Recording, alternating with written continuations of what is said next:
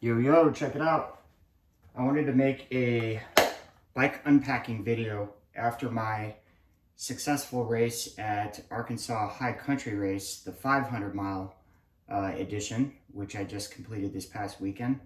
Was a major challenge for me, and not just from the execution standpoint, but really from the planning and the logistics standpoint, as well as the intricacies of making sure you have the right stuff on your bike to support you over the course of a multi-day event like this, where some of the spots on the course can be rather rough and remote and a bit extreme. I tend to overpack and bring too much. This time I think I actually packed about the right amount. There were some things I did not use, but anyway, I wanted to make this primarily for myself to have a record of what I brought with me and what worked and what didn't work, and how I used each thing that I brought with me. But also it might be a help for some others as well. So we'll go ahead and get started. This is my 2022 open wide.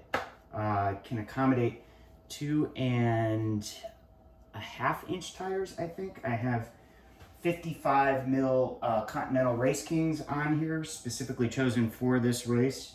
I've got 4 ounces of sealant in each tire, and other than that, it's just basically everything that I strapped to it. So let's get into it. First, we'll start with the kit.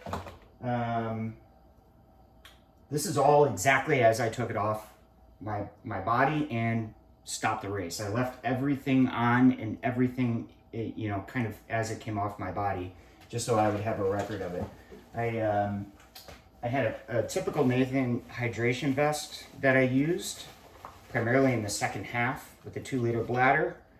That always is a wonderful tool to have, and I use it all the time in training, longer rides, etc.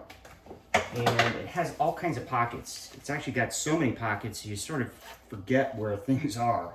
For example, my toothbrush, I knew I had packed on my bike somewhere, and I just couldn't figure out where it was, and it took me about 3 days to find it. So imagine eating sugary foods and candy and all of that crap for pretty much 2.5, 3 full days, and what that does to your teeth. And I was sort of dealing with that the entire time until I realized, oh my God, it's actually right here in my zipper pocket on my shoulder in my hydration vest. So I was able to brush my teeth at like 10 o'clock at night on the side of the road, and I'm sure I look pretty funny doing that. Let's see what else we got in here. In the right sort of vest pocket, my salt tabs. So I brought a ginormous amount of salt tabs, and I usually keep those super handy so I can get to them as I'm riding without too much difficulty. A little bit of trash in the back compartment, which this particular hydration vest doesn't have a lot of room. I would have to use the back compartment for the storage of my sunglasses. I got these free at Gravel Worlds for completing the long voyage this year, which I did actually as a training ride for the Arkansas High Country Race. And I really, really like them. They're awesome. They just work perfectly. They're lightweight. They're extremely comfortable. But they've got this typical curvature profile to them, so they're a little difficult to find a good spot on your bike to put them without smashing them. So these being the daytime glasses, I typically had them in the back of my hydration pack, and it worked well. I wouldn't even notice that they were there. I also have a first aid kit that I sort of put together. I've been carrying this around for a couple years on my longer rides, multi-day things. It's got your standard stuff. I really don't want to unpack the whole thing, but it's got gauze, it's got compression bandages, scissors, soaps, Band-Aids, all sorts of stuff. Basically for wound care in the event of a crash and you need to dress, an open wound or a rash on your knee or something like that. it's good to have with you, especially when you're on these multi-day events. What else do I have in here? I have a Ziploc bag of dude wipes. So these come in handy for obvious reasons, and then also for like, you know, just washing your face off in the morning, which is great. I brought about 15 of them with me in this small sandwich-sized Ziploc bag, and that worked great. And I kept those in the back of my hydration vest too. Eventually I would have the car key in here, but that's about it, and that thing stinks. So let's move on. What else do I have here? Here is my actual kit. The rest of my kit that I wore. Talk about stinking. I have a new Pactimo base layer that my friend Corey turned me on to. He wore it at the Silver State 508 the entire time he was racing there. And I went and bought one, and I'm not typically a person who uses a base layer. It's just something I've just never done for whatever reason, but I really, really like this. It proved to be the right amount of wicking and thermo protection as well. I also bought for this race a Veloccio, I think is how you pronounce it, 100%, I believe this is 100% merino wool long sleeve jersey. It was extremely expensive, but I tell you what, this thing actually smells pretty good after wearing it for 4 days or three plus days. And it was awesome. It would dry off almost instantly.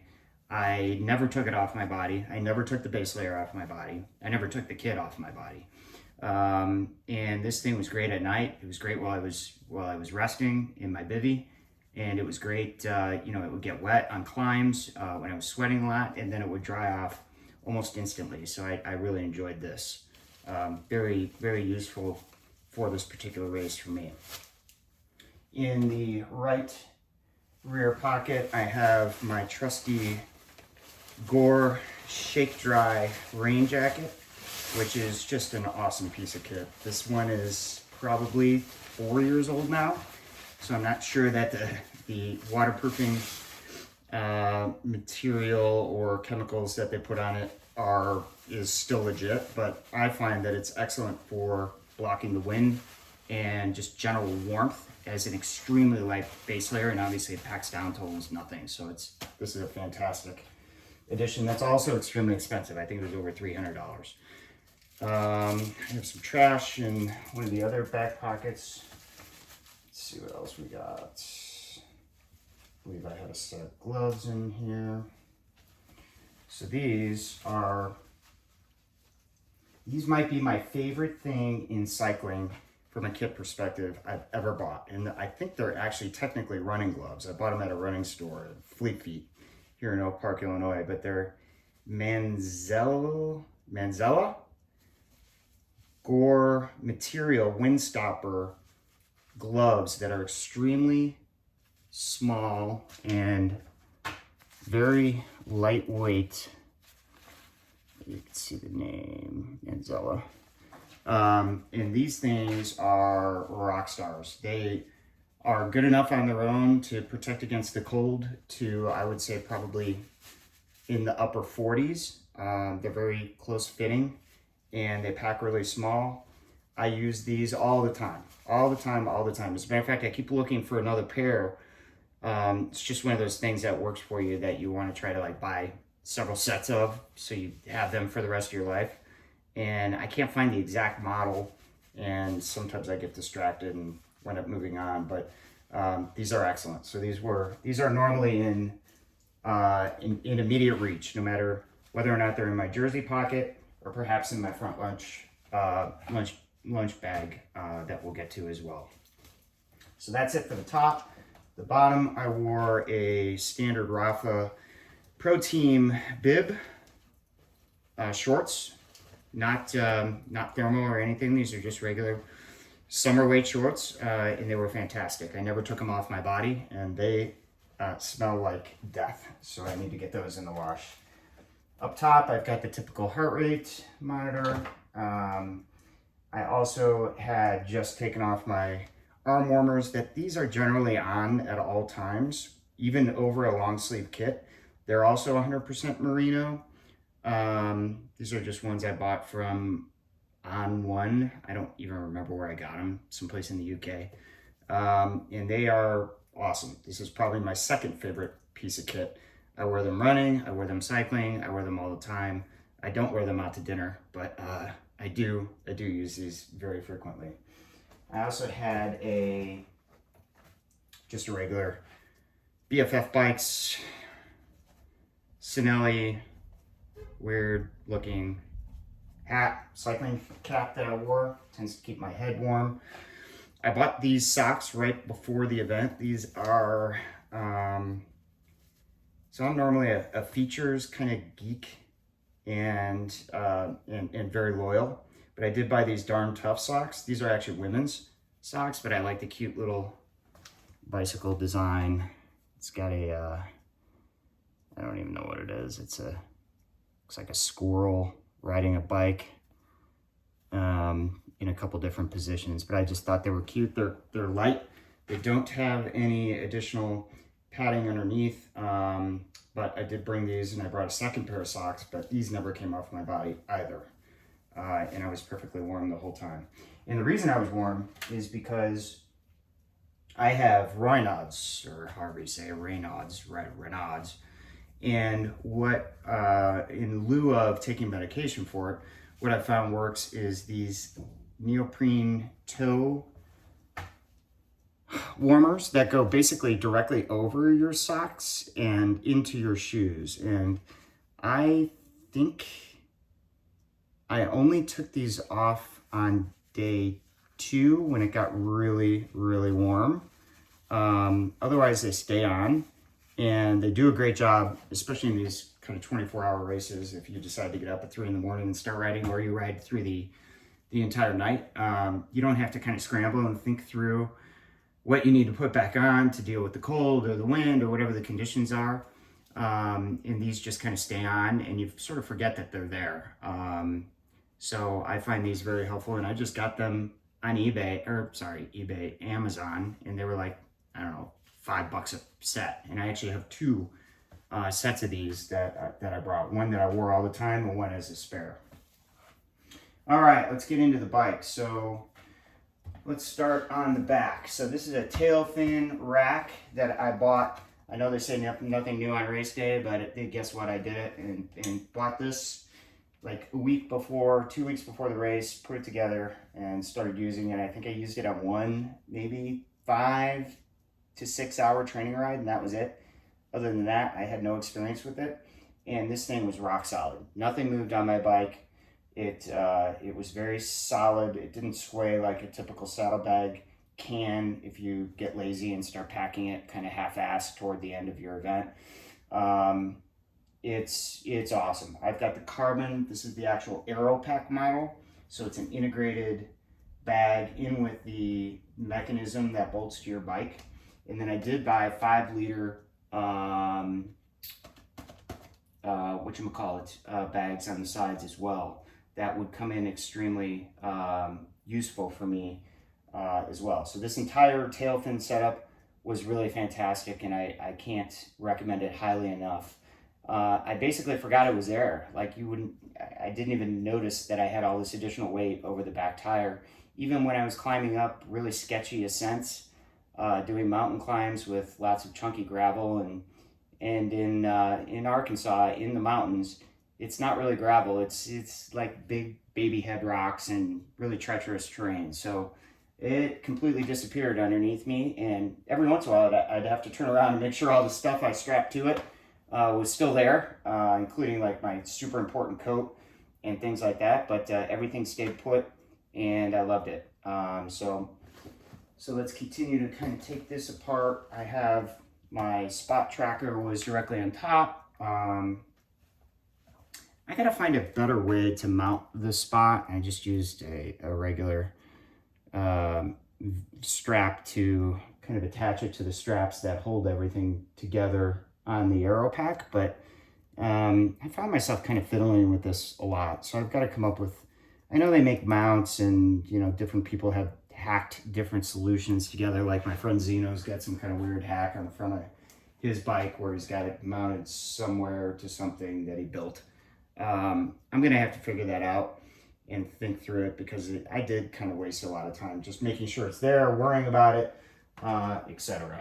And actually, I had to replace the batteries in the middle of the race because it's one of those things I overlook. So that's where the spot went. And then here's typically where my winter coat would go.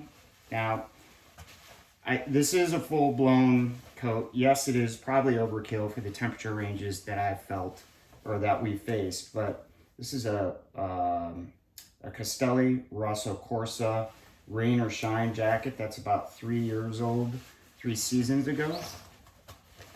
But the reason I chose to bring this, and I did wear it every day, is because it's got this really cool system of being able to, so this is all one piece, but it's got 2 layers that you can zip, where you can zip up this inner layer and then zip up the outer layer for 100% wind and rain protection if you need it. Or you can leave the outer layer unzipped and just have the inner layer zipped, which will provide more airflow to your core and allow you to control dumping heat a little more efficiently. Or you can unzip the inner layer and really be able to dump heat if you need to. So it's really versatile, that I found, when doing climbs like that are sort of up and down all day or all night, and you needed a way to sort of block when you're descending at 30 miles an hour. You know, you're wet with sweat from the climb, so you got to find a way to sort of control that so you don't start shaking uncontrollably, and then you get the speed wobbles in your bike as a result of that, and that can cause some serious problems on fast descents. So I just thought this jacket was great. It is a little heavy. I think it might be a half a pound, but like I said, I used it pretty much every night. So it may be overkill for some people that have more cold tolerance than I do, but I thought it was awesome. That needs to be washed too. I also had a thicker pair of gloves. I probably didn't need to bring these. I kind of panic bought these at the last minute. These are also Castelli Rosso Corsa Rain or Shine materials, are from their Rain or Shine line, which they call ROS.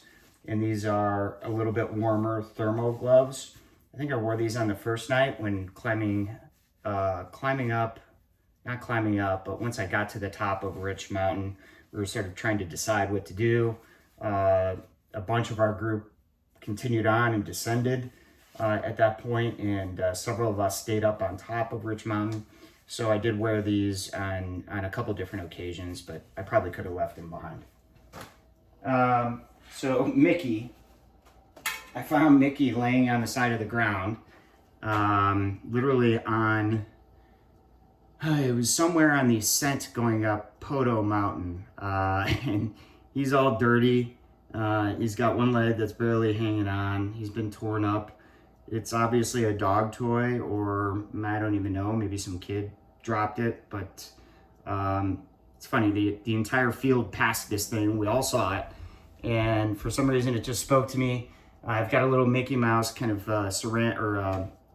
plastic thing that's like probably the only thing I have from my early childhood that has continued to stay with me up to this point in my life.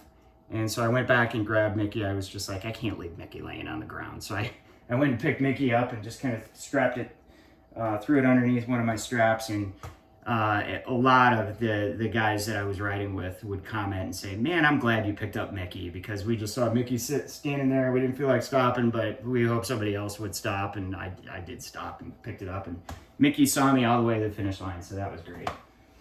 Okay, unpacking the tail fin aero pack. What do we have? We have a coat that still has a puffy jacket that still has a tag on it, and it's sort of damp.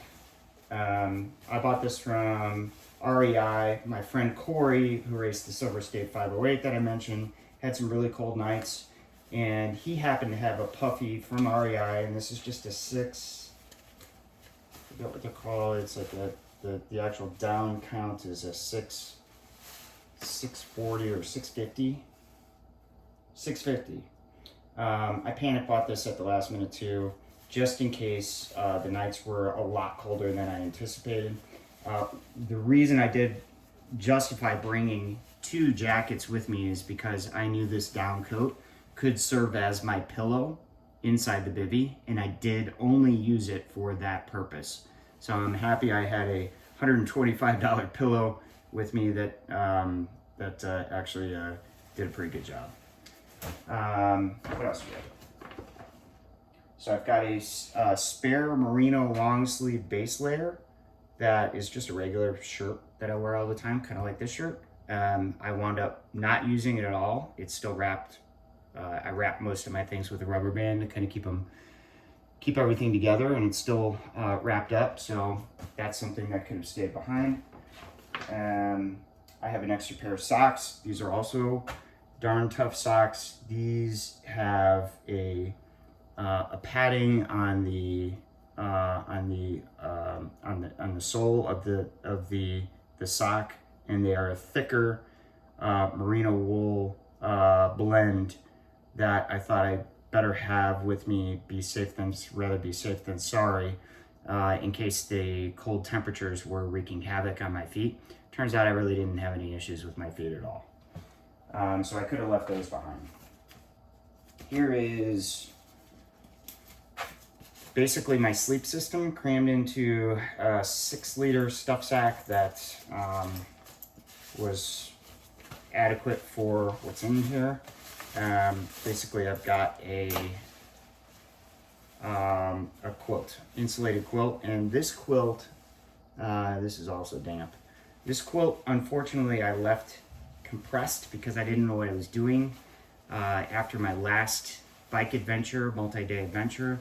Just a little ride around Lake Michigan, Sean Conley and I did, and that was about 3 years ago, so I left it compressed all that time. So it kind of ruined the down, but I still used it every night. And because it was left compressed, I think it feels like it actually packs down smaller than what it used to. So I did wind up using this every night in lieu of, a thicker down quilt. I probably, in hindsight, didn't need to bring that either. Here's something else I didn't need to bring, and this was way overkill, but it was my bar mitts. I just didn't know how my hands were gonna. My original plan was to ride like a lot more consistently than I did the first 2 days. I, unlike very similar to most people, misjudged the most people that came and did this race for the first time misjudged the surface terrain. I thought it would be a more typical gravel we see, like in the Midwest, for example. Iowa, Nebraska, southern and northeastern Illinois gravel, and Wisconsin gravel. It was not at all. It was chunky, it was rough, it was baby heads, it was boulders, it was very, very treacherous in some spots. I don't even know that a Jeep or a side-by-side could get up or down some of those ascents and some of those descents if there was an emergency on one of those mountains. So I just didn't know what to anticipate. So my original plan was to ride through the first night and to conquer all the mountains in one single ride. And boy, was I mistaken. There was no way that that was even possible. Although I think, obviously the first, second, and third place finishers did just that. So now that I have some experience with that particular area and the riding style you need to kind of get through there and keep moving, I'll be more prepared when I go back, if I go back to compete again in this race. But, the original plan was it may get down into the 30s at night, and I just don't know how my hands are going to react to that if I do stick to the plan and ride all night. So I did bring bar mitts with me that I definitely did not use. So that was some wasted weight. Here's the rest of my sleep system that basically is just a last minute decision to use a SOL emergency bivvy that that Bill from Bike Fix actually gifted me because he's a giant man, and he found that this was something that was far too small for him to use anyway. And I think his days of adventuring like this are at least behind him for now. So he wound up giving this to me, and I used it every single night. What I did wind up buying also is a Amazon special that just kind of popped up in my cart as I was buying some of these things, and it's an emergency sleeping bag, and it's made with this mylar material that they give you, very similar to an emergency blanket after running a marathon, for example. And I just thought, and it packs down so small and so light. It's so light that the original thing that it came in is like literally, I don't know, 2.5 inches by 2 inches or something. The little stuff sack that it came in, and it worked great. And then a suggestion that my friend Cammie, who has hiked I think some significant sections of the Appalachian Trail and has done lots of adventuring and overnights and maybe even week-long hiking trips, is to use this, what she keeps calling is a silk. Now, this is something new to me. It's not something that we really talk about in the bike pack racing community, or I don't really see it advertised as a typical piece of kit for a sleep system, but it's a very thin 100% silk material. I think this is a Cetus Summit silk liner for a sleeping bag. And I did wind up using this inside the emergency Mylar sleeping bag, and I think this just added another layer of warmth that really helped. Again, it packs down. I just left all this kind of together, and it packs down very small. So I thought this was a great addition. A great addition to my kit. It is also wet right now, so I do need to wash all of this stuff and probably throw some of it away. Okay, that's it for what was in the tailpin bag. The panniers is the name that I couldn't think of, the 5-liter bags on the sides. So let's get into the right side, or driver's side pannier, and see what we got in here. I have a 2-liter Hydro Pack bladder that can be used in emergency situations. There's about 160 miles on this route that only has one opportunity for resupply on that route, and it's called Rich Mountain Country Store.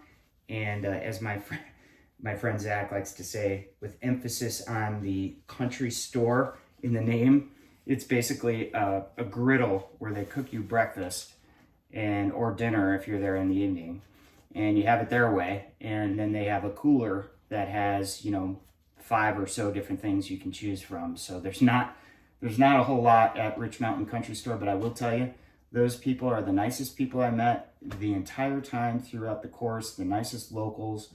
They were just wonderful, wonderful, wonderful people, and I really enjoyed my breakfast I had there. And I feel like their warmth and welcoming nature was a big key to my success. It really set me up for a very productive day that next day.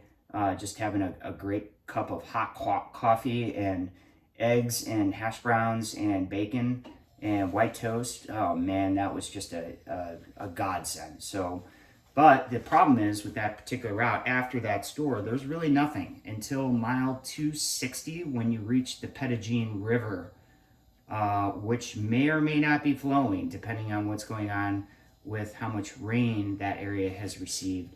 And that's at, like I said, mile 260.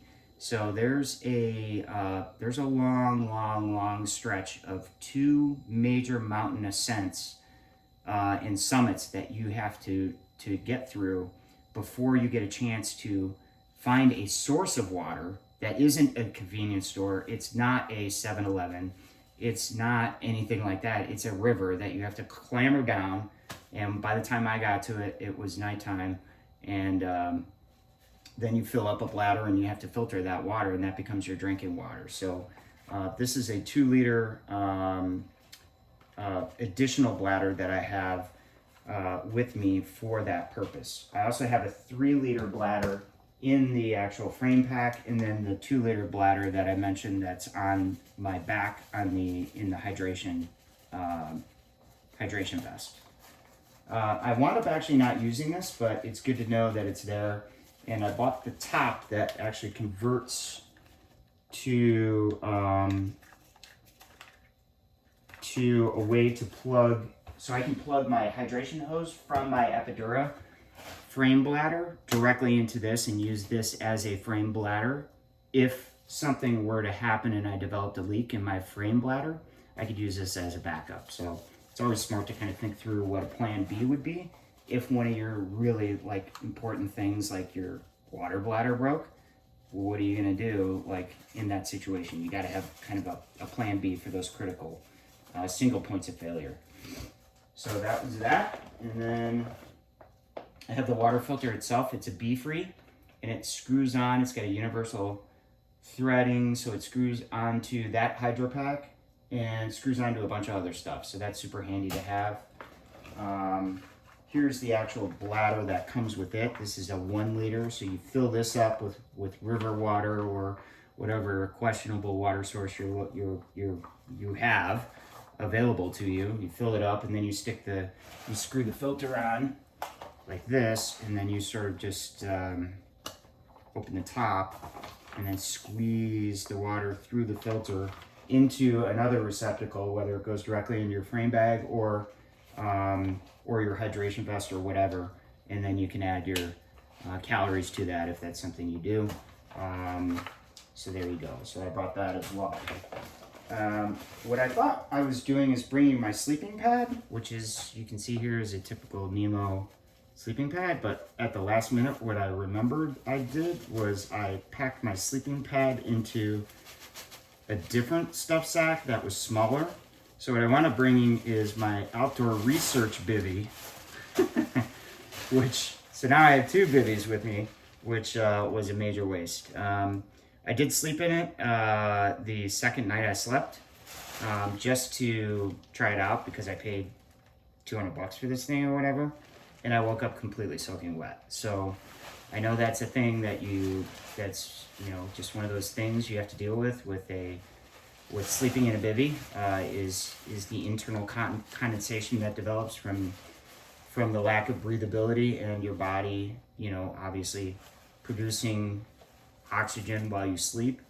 And I really don't know that there's a good way around that. So I'm going to continue to do research on bivvy sleeping and see if there's a better solution. But I'm sure this is a perfectly fine bivvy. It's just, it's still wet. So that was an unpleasant experience, waking up when it's 40 degrees out and your kit that you're sleeping in is wet, and you have to get up, get on your bike, and then ride in order to generate warmth, but you're starting out with a wet kit, so that's just not ever an enjoyable experience. And then I have some chemical hand warmers. Just always a good idea to have a few of these around just in case you get stranded, your bike breaks, whatever the case is, and you're in a tough spot. So brought a few of those as well. Let's see what else we got. Oh, we've got a Tubulito. So this is a 2¼ inch inner tube, spare inner tube. Super expensive, but really light and small package, as you can see. I forget the name of the material that they're made with, but they're called Tubulito, I believe. My friend Zach also turned me onto these, and I bought a couple of them. And there's another one stashed elsewhere on my bike. That's it for the right bag. On the left bag, this is where I pretty much reserve for my emergency supply of food that I brought with me. It's just about all gone. And then I do have a few items of clothes. As that food got consumed and I had more room in that bag, I would just kind of shove things in there that didn't start out there. But it was additional room for me to use. Here I have my Gore Windstopper, I forget what these are called. They're socks. They are, gosh, I cannot remember, but they still sell them. They're on their website. They're under accessories and then look into socks. And these things are super small, super lightweight. They pack down almost nothing. And it's the Gore material. And the concept is you wear these over your socks, your wool socks, and then stick your whole foot in your shoe that way. And it's basically a Gore level of protection against wind, cold, and rain for your feet. So once again, when you're in the mountains, we had great weather this year. So there was no rain. I believe even the 1,000-milers that are still out on the course have not had any rain. So it's been, and that's relatively rare for this race. So great weather. You never know what you're going to get. I knew we weren't going to get rain, but I brought these more as an additional level of protection against the Raynaud syndrome that I have, which can really turn into a major issue when your feet and your toes get cold. So I did wind up wearing these on the first night when it got down into the upper 30s overnight. And let's see what else. Oh, we have, I wore a Gore kind of skull cap. Big fan of the Gore products, as you can tell. This is a wind stopper material, soft shell as well. Just goes right underneath your helmet, right over your head. And I wore this for some of the night riding that I did. Probably could have left it behind, but again, it packs down to so small, it weighs nothing. It's super easy to bring. I have a buff, just a regular merino wool buff. I did wear this one night as well. And then, let's see what else. Here's my leg warmers. I did bring a pair of Castelli thermo leg warmers, thermal leg warmers. You can see the thermal material there. These were great. I wore them at least one night. I may have worn them 2 nights as well. I can't remember. I think I only wore them one night though. Kind of a pain to put on, especially if you're in bib shorts, but they can be a lifeline for you. That's what I did. I slept in them. So that first night when it was down in the 30s and I was in nothing but that emergency bivvy with the emergency sleeping bag and really no insulation at all. My kit became the actual insulation. So these were used that night. Let's see what else we got here. I think just the remnants of, here's the other Tubolito. Again, packs down super small. And then in this pocket, I had 8 hours worth of food, which I actually divvied up in, and it's a great idea by my coach. She recommended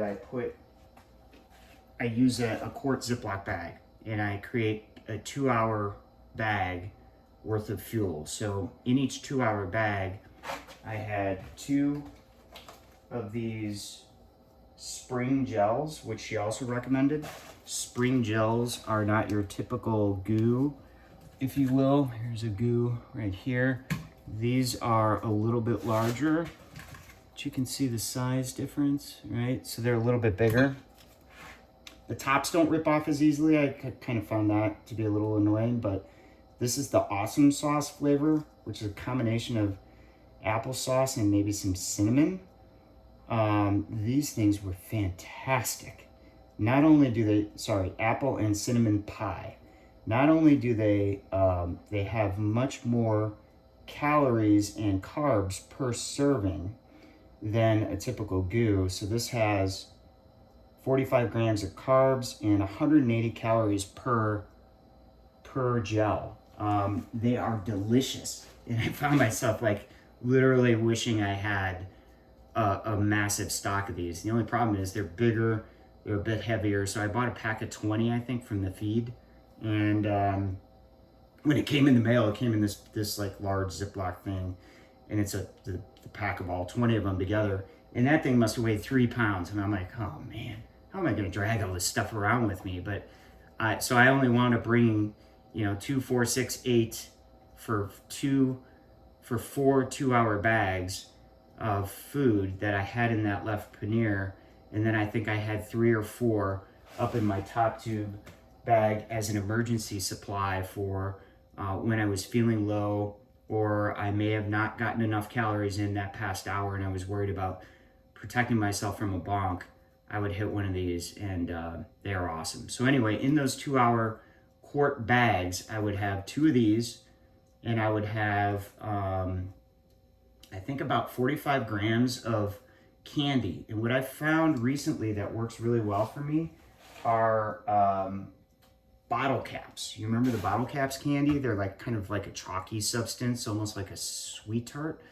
But they are super easy to chew, so they're not like murdering your teeth like gummies are after chewing gummy bears or Swedish fish or something like that for hours and hours and hours and days. These are easy, like you can even just let them dissolve in your mouth, or you can eat like a handful of them all at once and chew them all up, and they chew up real easily, and it's just an instant shot of sugar. And my stomach, I love those as a kid, so I was able to find something that worked for me. I got, a heavy dose of carbs as a result of that, and I never got tired of them.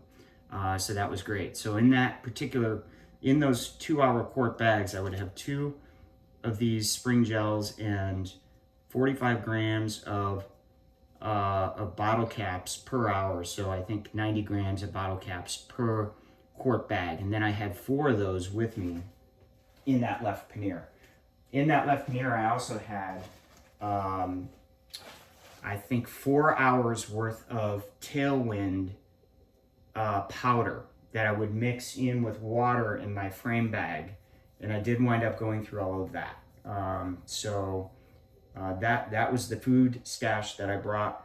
Basically 12 hours worth of total food if you count the Tailwind in with the 4 2-hour bags.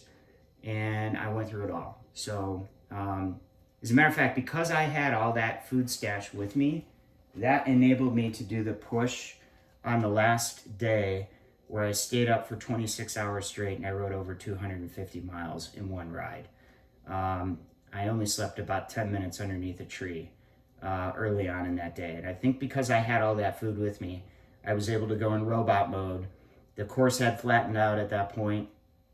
This was sort of my jam, my strength, and I was able to just drop down in the aero bars and take my mind off of what, the insurmountable distance that remained, and just start ticking off the miles one after the other. And I was able to really push through and put together a really good full 26 hours of riding all the way to the finish line. And I think what enabled me to do that is because I had all that food stash on me. It takes the stress out of like going into a convenience store, spending the time looking at what you want. If you haven't thought about it in advance, and, most of the time your brain isn't working so well by that time. So you're just kind of staring at the coolers and you're looking at stuff, and it's like, I've been here for 5 minutes and, oh my God, what, just stuff doesn't work right. So I knew like it was all, mechanical and robotic for me at that point. And I think that really helped me tremendously. So that's it for the back end. In this bag, this is my trusty, I don't know what the hell they call it. Some companies call them gas tanks. I don't know what. This is a Oveda Negra small bag that goes up against your seat tube, and I use this for all my personal items. So I'm just gonna. I can't take it off the frame fast enough, so I'm just gonna kind of go through what's in here. Got some extra salt. I've got some Spalmates. Again, these are handy wipes if you need to wipe anything down, or your body, or your bike, or whatever it is. I've got 200 milligram caffeine tablets that I only took one of the entire time. I find that I crash pretty hard on these. Like when I come down, I sort of start feeling like shit. So I don't know why that is. Because I don't feel that way when I have normal coffee, but or caffeinated sports food. So I can't figure out why, but I did wind up handing these out to a lot of different guys. My friend Dave needed some caffeine to get through the night. I drug his butt along with me all the way to the finish, and he finished strong, and I think that was a big help. I've got my personal meds that I take, just stuff I've been on since I was a little kid. I also have, I have some diaper cream here in case you develop really bad saddle sores that get to the point where something needs to be done. So this is butt paste, I think is what it's called, which I've seen a bunch of people recommend. I have, by the way, these are little Life is Good containers with these little pop tops, and they come out like that, and then you can just squirt your stuff in there and then pop the top right back on. They work great for pills. They work great for liquids and lotions and things like that. This is sunscreen. I wound up not even putting any of that on. In this bigger container, which is also made by that same company, is chamois cream. So I did put a decent amount in here. It's full.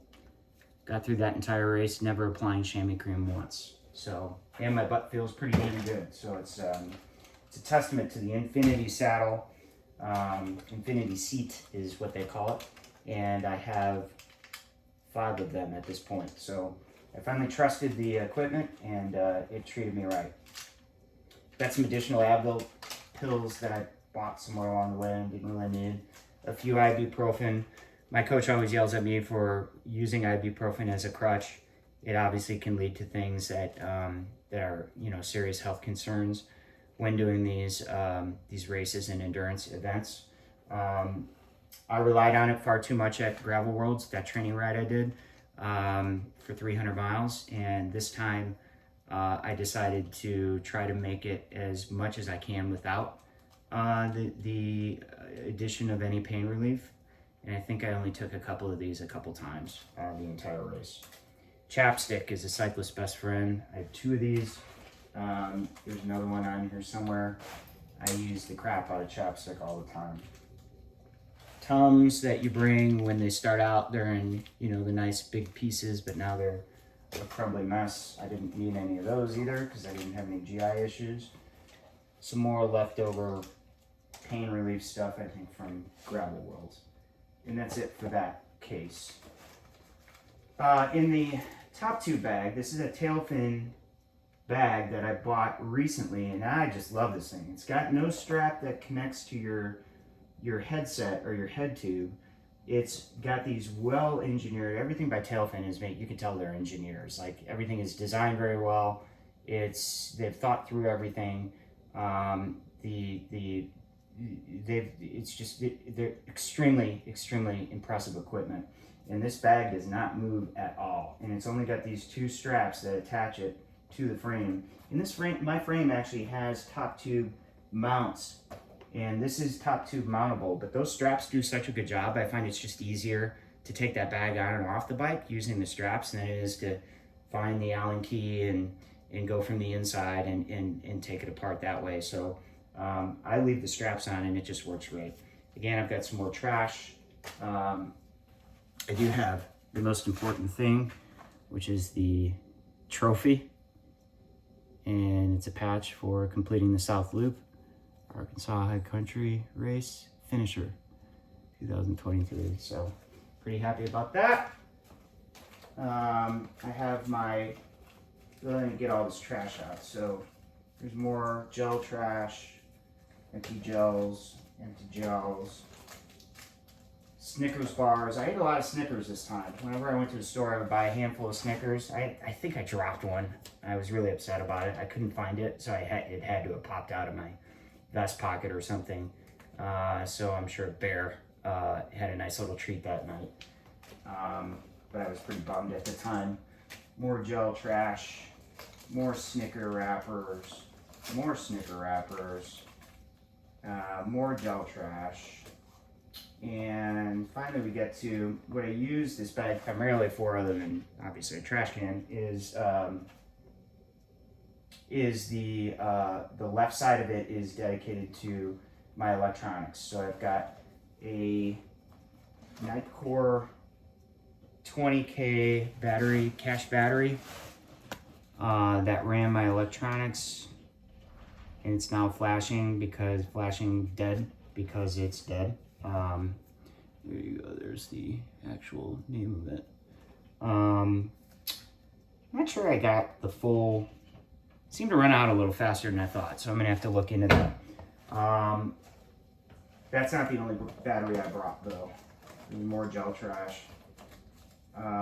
Here's a dollar bill the Rich Mountain Country Store guy gave me. I wish I knew his name, I'll have to look it up.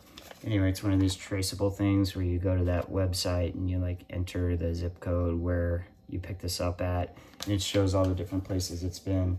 He was super excited about that, so he did wind up giving one of these, I think, to every racer that came through. So I guess I'm gonna have to like do that just to make him happy and to kind of repay him for what he did for me.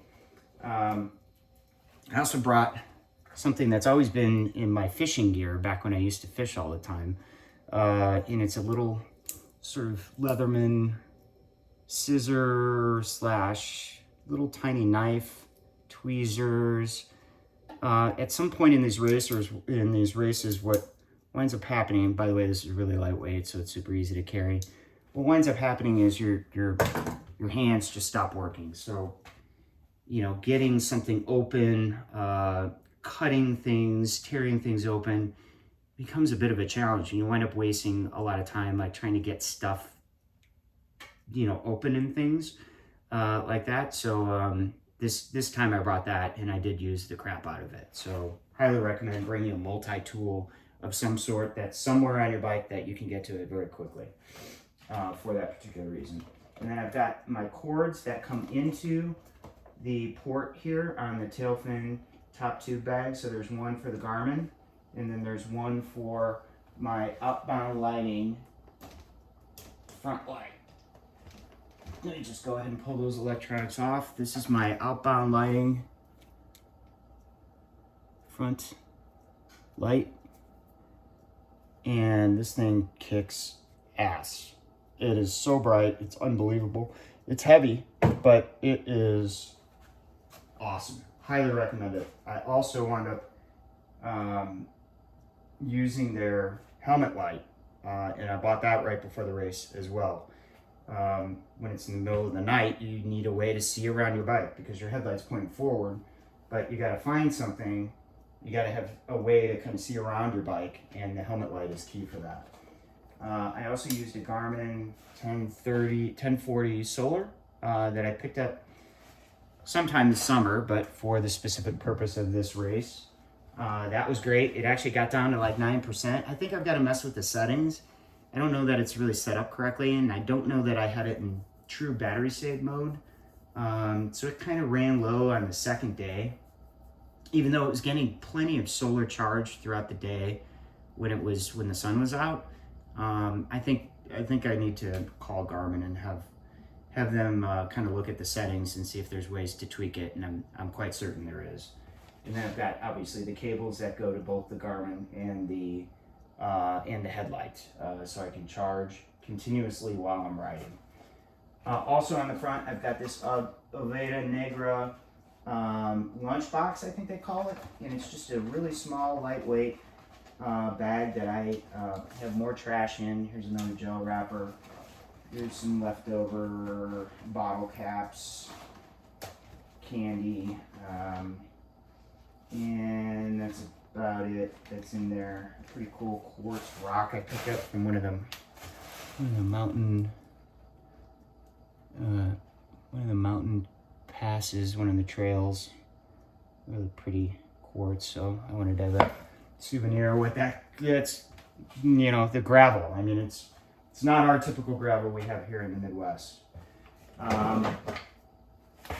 What else? So in the frame bag, I watched one of these videos from Scotty LeChuga after she won the overall winner 2 years ago, and set the FKT for fastest female as well on the full course. And she did one of these videos where she unpacked everything on her bike, and she talked about this product called Salty Britches, and it's just basically an anti-chafe cream, or anti-chafe like a balm. And the one that she used, and she said she used it all over, like her mouth, and you know, the corners of your nose get all crusty and dry, and as if you've had a cold and you've been sneezing for a week. You know, just things start to get really crunchy and need hydration, need lubrication. So I bought this, and I use this as as anti-friction stuff. So I would put it on my butt in spots where I felt it was starting to get a little raw, and I swear to God, this just really took care of it. And I didn't need anything else. I didn't need creams. I mean, this was awesome. And I did wind up putting it on my face, putting it in other areas where my skin was dry. And like I said, the product that she had, she pulled it out and it was more like a squeezable container with the lotion that would come out. This one only came this way, but I was a little disappointed that it's that large, but I'm glad I brought it. It was something I used all the time. I have here my bear spray. So I don't even know if I think this is something I bought on Amazon like 2 years ago. It's called Saber Red. It's a pepper spray. I don't really think it's marketed for bear. It's more self-defense. I thought this would be good for dogs, anything else that might attack me. I didn't need it. I did get chased by well over 20 dogs. I don't have a problem with animals, knock on wood. I love dogs and I love wildlife, and I get so much energy from the animals that I see as I'm out on these long rides. They really, I talk to them, they look at me, we sort of have a mutual respect for one another.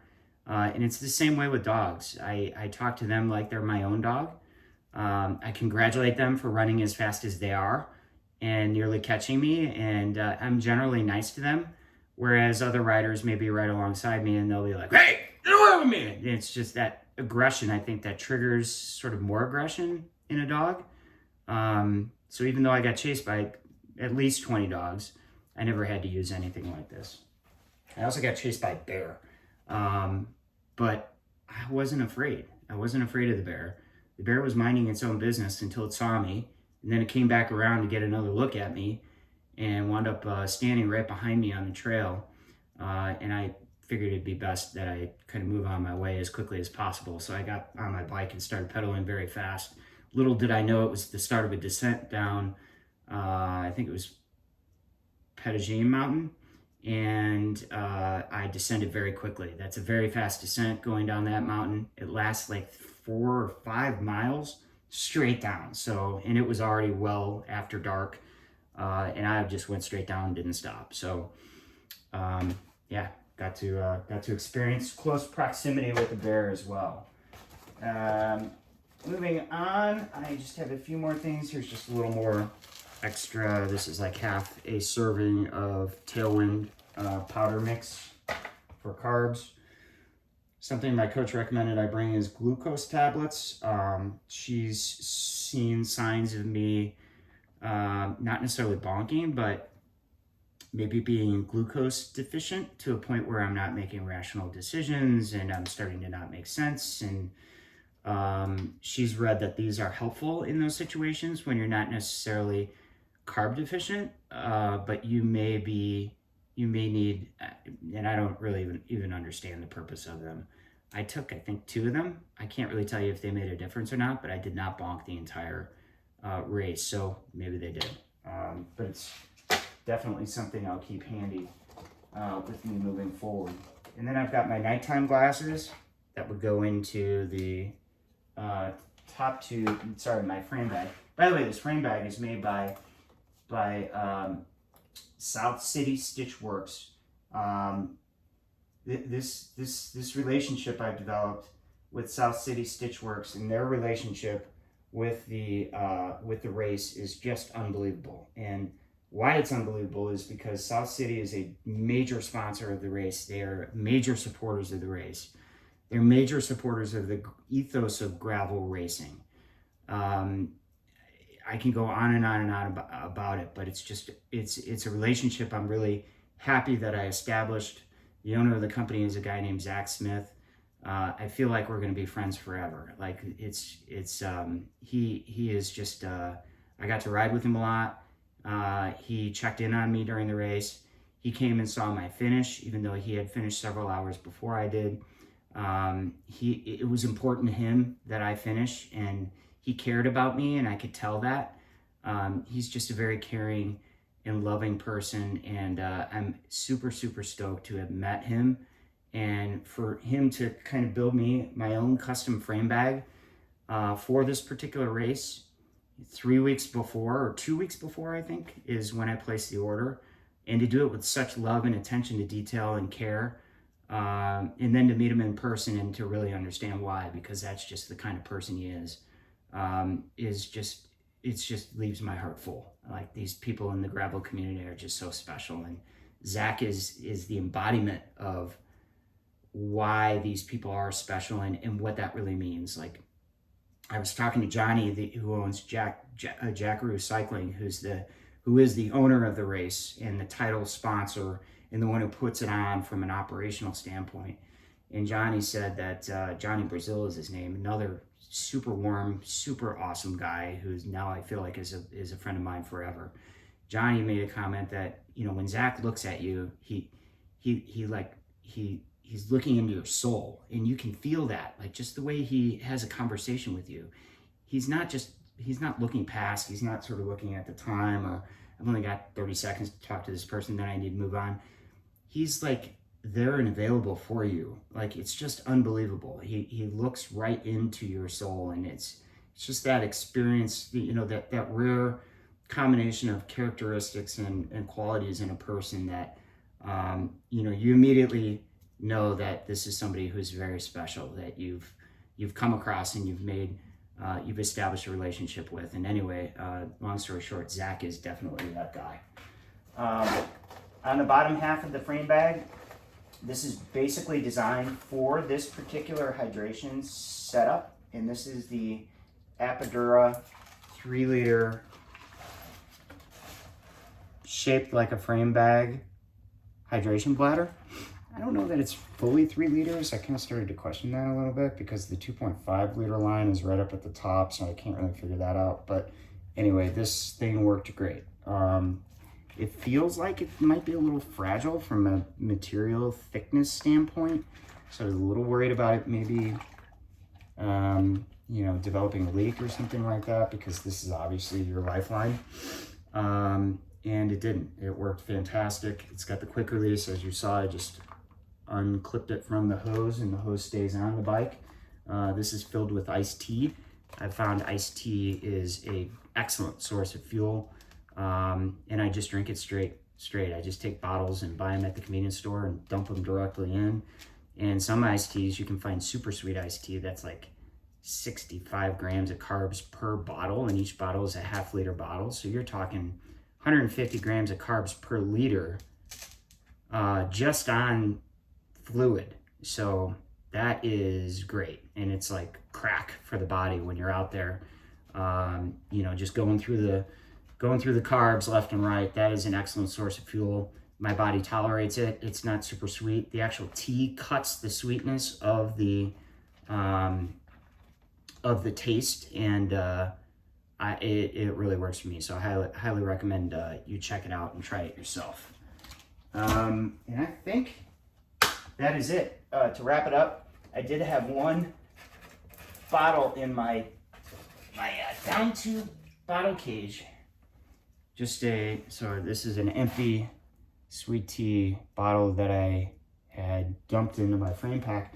I wound up carrying this with me, and I filled it with water, and this became my 18 ounces of emergency supply of water. I got all the way down to this.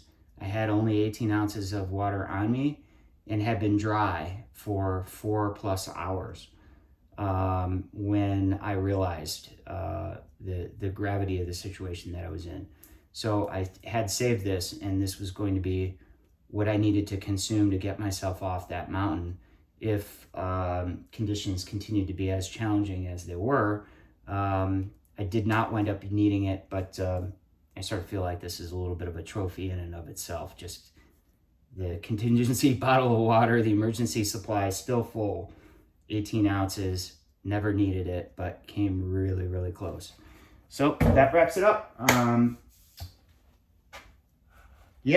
I just want to make this video to potentially be helpful to other people, but also be a record for me on what worked and what didn't work, and what I wound up using and what I didn't use for my next adventure. So hope this is helpful for anybody else that may stumble across it. I hope you have a great day. Thank you.